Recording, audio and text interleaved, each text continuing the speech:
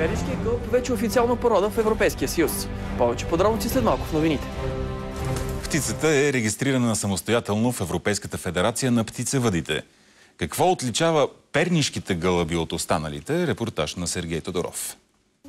У нас има над 35 вида гълъби, но не всички са признати на Запад. В дългия списък на Европейската птицевъдна асоциация, освен бургаския и айтоския, е добавен и гълъбът от Перник.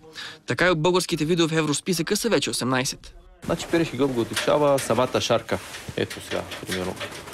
Крилото, главата, маслинката отгоре. Шарката на гълъба се отличава. И това, че е качулат. И качулката точно така. Палав гълъб, като перничанин. Не само външния вид отличава птицата. Евлогиев притежава на 250 пернати от породата и е награден с медал на изложение в Лайпциг. Разказва, че този вид принадлежи към рядката порода птици, които могат да се премятат във въздуха. Въздушните акробати понякога директно се забиват с керамидите.